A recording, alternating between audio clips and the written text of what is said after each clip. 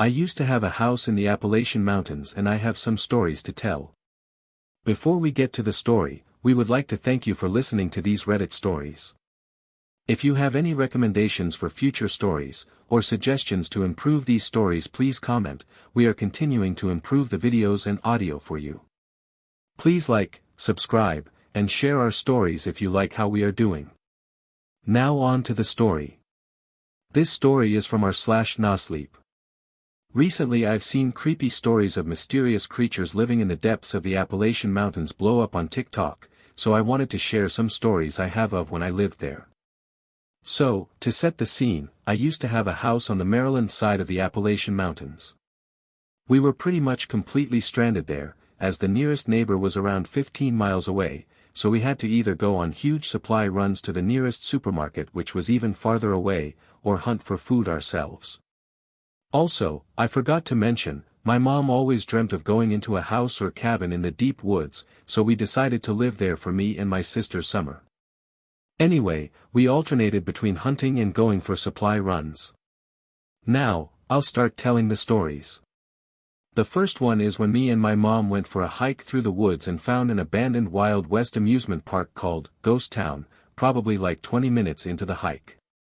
Once we got there, we got a weird feeling that I cannot physically describe with words. Like it just somehow appeared in front of us. Then probably no more than 15 minutes later we found a huge abandoned hospital. We never knew it for the rest of our stay, but those two buildings were the Ghost Town Village located in North Carolina and the Trans-Allegheny Lunatic Asylum in West Virginia. We started in Maryland, somehow ended up in North Carolina, and then got to West Virginia and got back to Maryland in less than 2 hours. We stayed surrounded by woods the whole time, not crossing or seeing a single road. That was just the start of the weird shit that happened.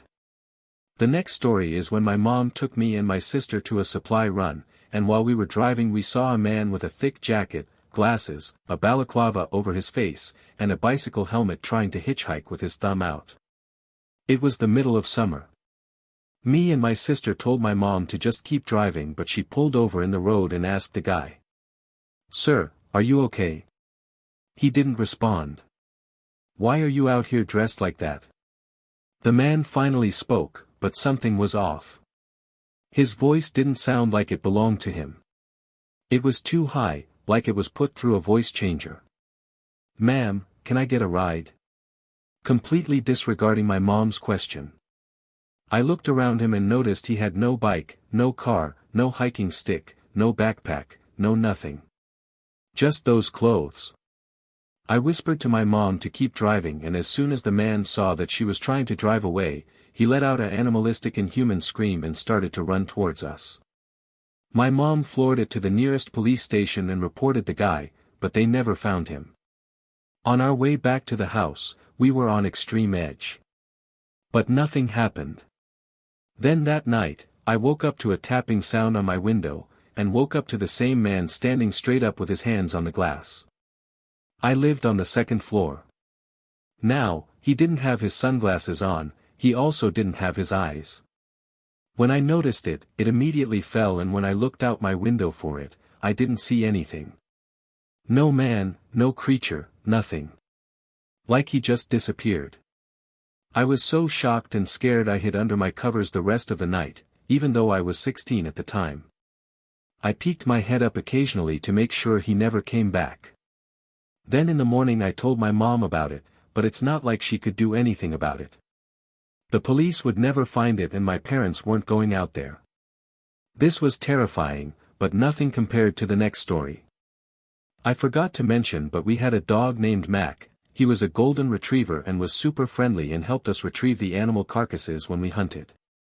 One day I was out hunting with my dad, and we killed a couple rabbits and sent Mac to go get them, but we heard him bark, like he was telling us to go to him instead. We walked over to where he was barking and saw a tree covered with dead, skinned rabbits, each with a shark stick through their head and their eyes removed with a weird symbol carved into the tree. We were speechless and covered our mouths in shock, and then we heard someone whisper to us, "Hey guys, come over here." We hooked up Mac to his emergency leash and ran as fast as we could to our house. I looked behind me for who whispered to us and saw a man with a huge smile on his face and his eyes as wide as possible for a human to open them, staring at me, and then began to run towards us with a knife. My dad grabbed his hand pistol and shot him in the leg, and he fell to the floor while yelling in pain. Once we reached the house, we called the police and told them about it, and they sent multiple officers to search the area, but found nothing. Not the rabbits, no blood, no knife, no fingerprints, not even the rabbits we killed. For the next couple months we stayed in a relative's house. None of us felt safe anymore. But my dad, the one who shot the crazy man, was the only one who insisted we stay. Said we could defend ourselves. Said it was just another crazy and that we should stay the rest of the summer. We agreed, but said if anything else weird or terrifying happens, we go to our house in the city. Then, the final story is what made us finally move out. One Saturday, I woke up and saw my mom missing from the house. My dad and sister said she was just going on an errand, and that she'll be back in the afternoon. Afternoon came and she got back.